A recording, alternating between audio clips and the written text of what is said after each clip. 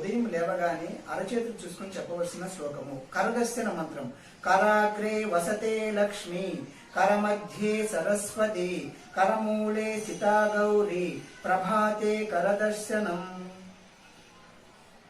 చేతి చివరిలో లక్ష్మీదేవి, చేతి మధ్యలో సరస్వతీదేవి, చేతి మూలల్లో గౌరీమాత నివసిస్తుంది.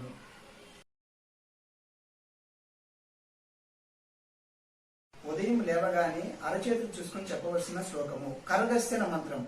కరాగ్రే వసతే లక్ష్మి, కరమధ్యే సరస్వతి, కరమూలే స్థితా గౌరీ, ప్రభాతే కరదర్శనం.